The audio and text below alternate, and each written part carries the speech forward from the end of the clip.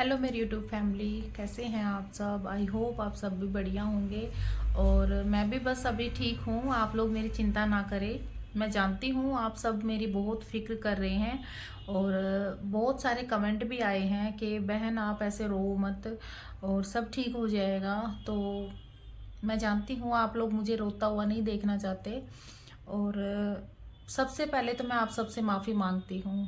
Please मुझे माफ़ कर दीजिए क्योंकि आप सब मुझे रोता हुआ देखकर, मुझे परेशान दुखी देखकर आप सबके कमेंट आए और उसके बावजूद भी जो पर्सनल कॉल भी आई हैं जो मुझे जानते हैं उनकी मैंने वो भी रिसीव नहीं की और मैसेजेस भी आए हैं ना मैंने उनका रिप्लाई दिया। यहाँ तक कि लाइव भी नहीं आई। लाइव के लिए इतने लोगों ने मुझे बोला कि लाइव आ जाओ, थोड़ा मन हल्का हो जाएगा, लाइव आ जाओ, लेकिन मेरी इतनी कंडीशन नहीं थी। मैं आप सबसे माफ़ी मांगती हूँ।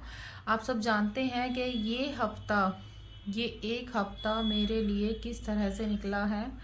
मैं ही जानती हूँ इस एक हफ्ते में मैं कितना रोई हूँ, ना चाहते हुए भी।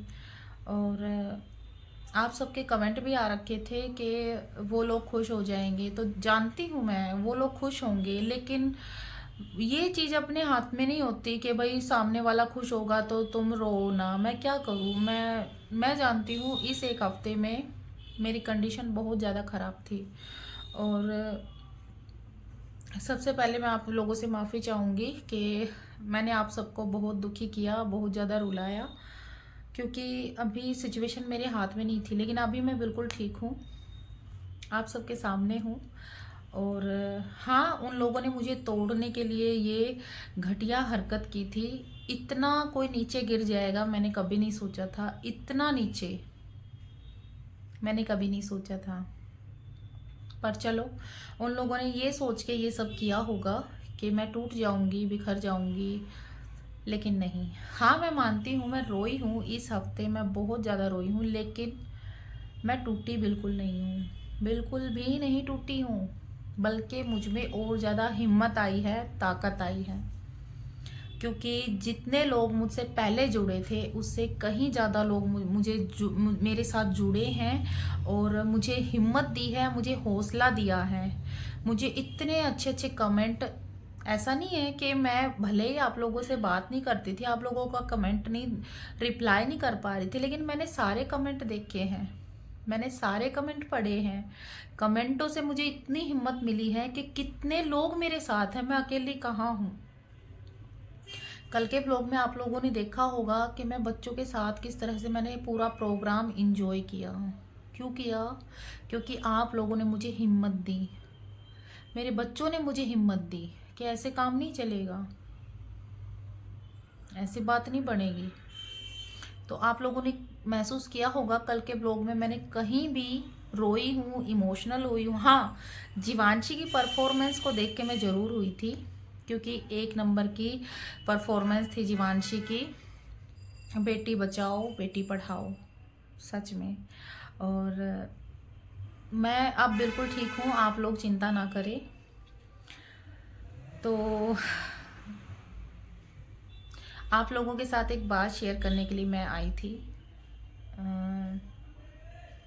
जब मैं आप लोगों के साथ अपना दुख, अपनी हर छोटी बड़ी बात शेयर करती हूँ, तो ये एक बात शेयर करनी भी बनती है, क्योंकि ये मेरा एक डिसीजन है, मेरे लिए, मेरे बच्चों के लिए, जो कि आप सबको पता होना चाहिए। आप पूरे पूरे हकदार हो इस बात के कि मैं आपको अपना ये डिसीजन बताऊं, क्योंकि ये डिसीजन छोटा नहीं है, बहुत बड़ा डिसीजन है। तो देखिए, डिसीजन बताने से पहले मैं उन सबसे एक बात कहना चाहूँगी जिन्होंने मेरे पास पर्सनल कॉल भी की है, मैसेजेस भी किए हैं और यहाँ तक कि लाइव के लिए भी बहुत रिक्वेस्ट की है कि लाइव में आओ, मन हल्का हो जाएगा। तो मैं उनको बता दूं कि मैं सॉरी बोलती हूँ, मैंने आपकी फ़ोन कॉल्स और मैसेजेस का जवाब नहीं दिया। उसका रीज़न ये है कि मैं बिल्कुल भी रेडी नहीं थी। आप सबसे अगर मैं बात करती तो शायद मैं एक वर्ड तक नहीं बोल पाती, क्योंकि मेरे यहाँ तक गला भर गया था रो रो के। मैं एक अक्षर निकालती थी तो भी आंसू निकलते थे। जब बोला ही नहीं जाएगा तो मैं आप लोगों से बात कैसे करूँगी। और इसी बीच मैंने किसी से बात नहीं की, किसी से भी। मेरे पास इसी बीच मैंने सिर्फ अपनी भाई से अपनी दीदी से, अपने भाई से बात की है।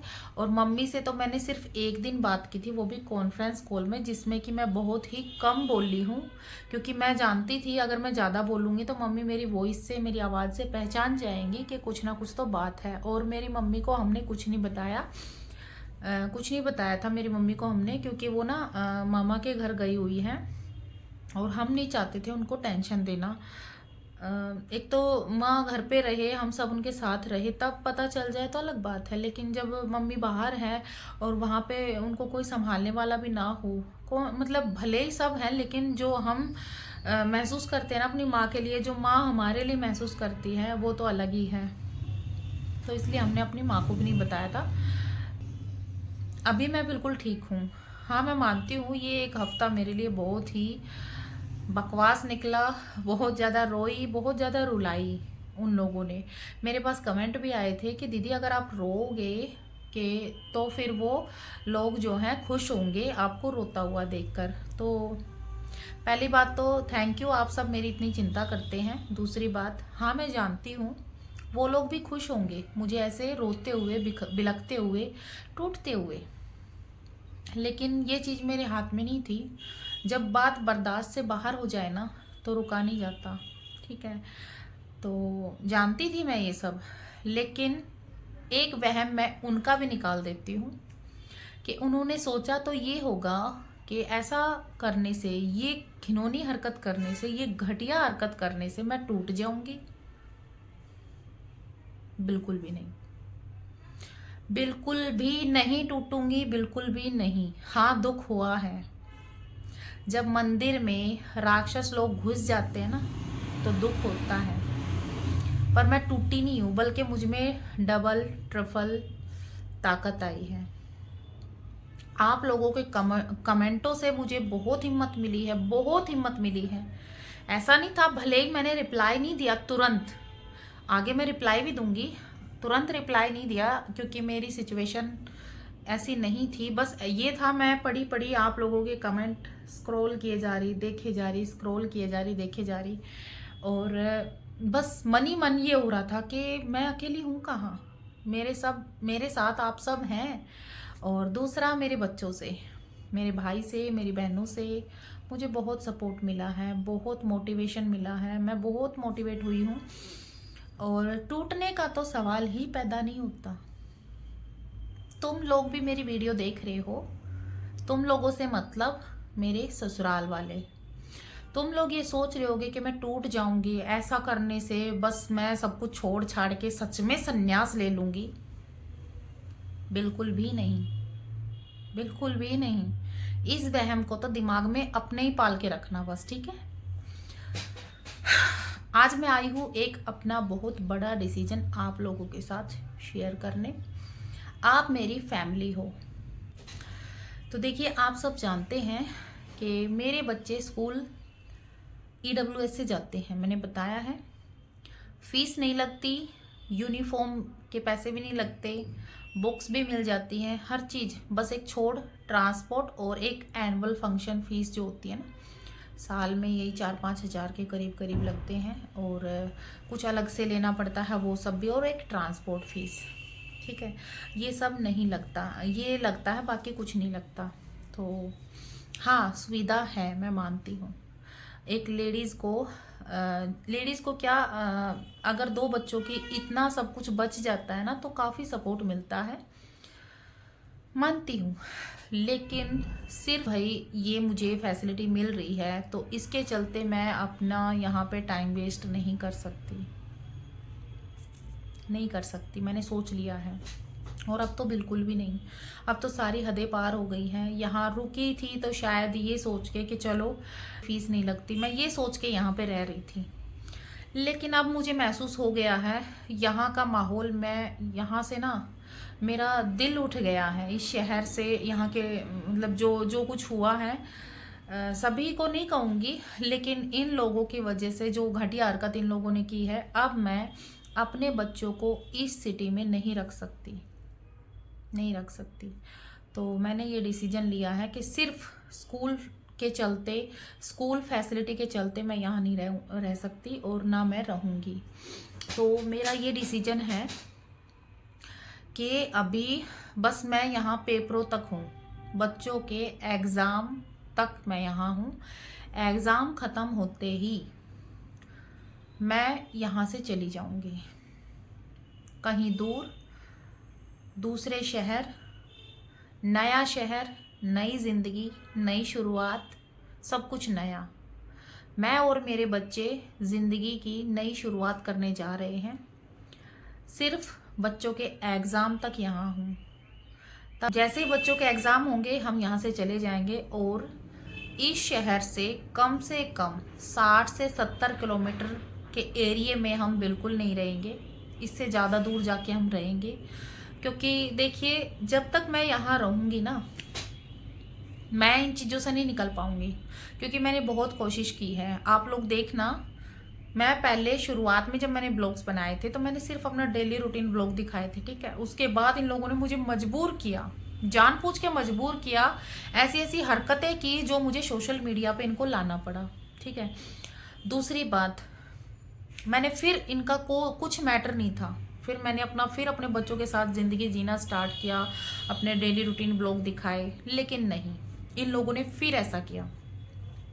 अब मुझे अच्छे से पता चल गया है, ये लोग चाहते ही यही हैं कि मैं इन सब चीज़ों में उलझ के रह जाऊं, आगे ना बढ़ूं।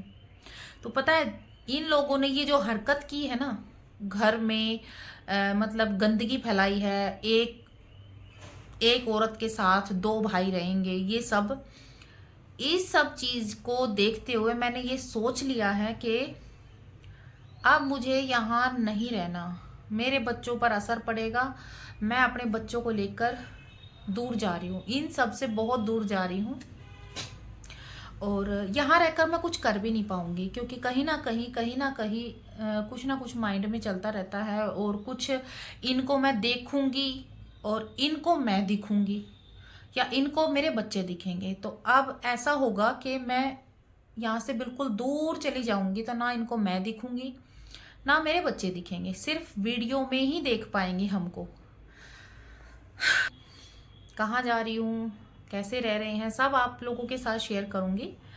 लेकिन उससे पहले मैं एक बात और आप लोगों को बताऊँगी, ख़ास तौर पे उन लोगों को, मेरे ससुराल वालों को जो कि ये वीडियो देख रहे हैं, कि भले ही मैं जा रही हूँ, मैं यहाँ से जा रही हूँ, अपना कोर्ट केस भी लड़ूंगी, अपने बच्चों के हक के लिए भी लड़ूंगी, और जो भी प्रोसेस होता है ये केस में, कोर्ट में जो भी होता है, सारा अटेंड करूंगी। ये मत सोचना कि मैं यहाँ से जा रही हूँ तो सब कुछ छोड़ छाड़ के, नहीं, बस मैं अपने बच्चों को यहाँ से लेके जा रही हूँ। इस माहौल से आऊँगी, तारीख पे भी आऊँगी, सारे काम होंगे, लेकिन बस यहाँ नहीं रहना।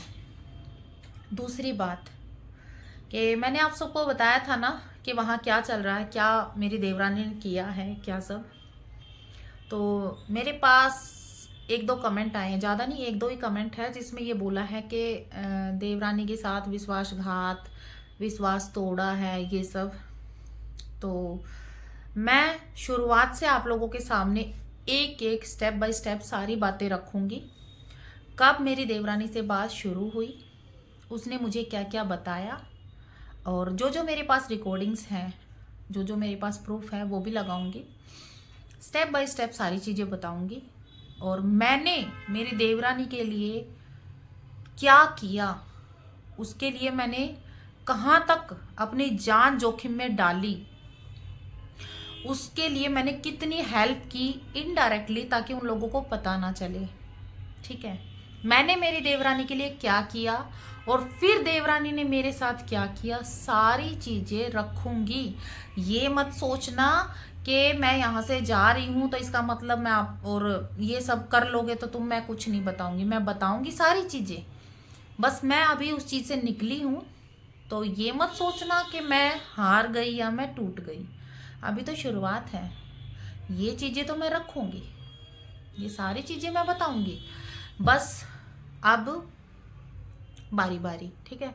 और गाइज आप लोगों को एक बात बताऊं, उन घटिया लोगों ने ये सोच के ये सब किया कि मैं टूट जाऊं, आगे ना बढ़ूं, ठीक है। लेकिन सच बताऊं तो मुझे और ज़्यादा हिम्मत मिली है। जो चीज़ मेरे दिमाग में दूर दूर तक नहीं थी ना कि मैं यहाँ से जाऊंगी, इस स्कूल के लिए मैंने दिन रात मेहनत की थी, पता है। डॉक्यूमेंट्स वगैरह बनवाए भाग दौड़ के, कितने दिन लग गए। हर चीज़ मैंने बताया है ब्लॉग्स में पहले भी कि मैंने भाग दौड़ करके अपने बच्चों का EWS से एडमिशन करवाया, फॉर्म भरती थी, घंटों लाइन में लगी रहती थी, पता नहीं कितने चक्कर काटे हैं सिर्फ इस स्कूल में, ताकि मेरे बच्चे जो हैं अच्छी एजुकेशन भी ले सके। और इतना मैं अफोर्ड भी नहीं कर सकती थी, उस कमीने आदमी के साथ भी रह के मैं अफोर्ड नहीं कर सकती थी कि मेरे बच्चे अच्छे प्राइवेट स्कूल में जाएं। तो इसके लिए भी मैंने बहुत भाग दौड़ की है, ऐसा नहीं है। लेकिन ये जिस स्कूल के लिए इतनी मेहनत की, जिस स्कूल के लिए इतने दिन से बाहर रह रही है, उसको भी छोड़ के जा रही है। क्योंकि जो चीज़ मैंने अभी तक नहीं सोची थी ना, वो मैंने अब सोच ली है। अब मैं यहाँ नहीं रहूँगी और अब अपने लिए, अपने बच्चों के लिए कुछ और भी बड़ा करना है। तो मतलब ये कि जिस स्कूल में बच्चों को मैंने डलवाने के लिए इतनी मेहनत की और जिसके चलते मैं इतने दिन से यहाँ रह रही थी, मैं उस सब को छोड़ के जा रही हूँ। क्योंकि सिर्फ एक स्कूल की सुविधा देखकर मैं यहाँ नहीं रह सकती, मुझे और बड़ा करना है, कुछ बड़ा, जिससे कि मैं कुछ करके दिखा सकूँ। और आप सबके लिए भी मैं एक, आप सब बहनों के लिए मैं एक मिसाल बन सकूँ। आप लोग मुझे देख के आप लोगों को हिम्मत मिले कि हाँ, एक बहन ऐसी थी जिसके पास कुछ नहीं था, कुछ भी नहीं था, और वो आज यहाँ आ गई। मुझे ऐसा कुछ करके दिखाना है आप लोगों को। तो मैंने शुरुआत कर दी है, बस इंतज़ार है बच्चों के एग्ज़ाम हो जाए, उसके बाद मैं यहाँ से जा रही हूँ। नया शहर, नई दुनिया अपने बच्चों के साथ में, और चलते हैं। बाकी मैं अभी ठीक हूँ, मेरी आप चिंता ना करें, बस ऐसे ही मुझे मोटिवेट करते रहें अच्छे अच्छे कमेंट करके। थैंक यू सो मच इतना सपोर्ट करने के लिए। बस एक रिक्वेस्ट है, जितना हो सके मेरी वीडियो शेयर कीजिए, मेरे लिए यही हेल्प हो जाएगी। और राम राम सभी को।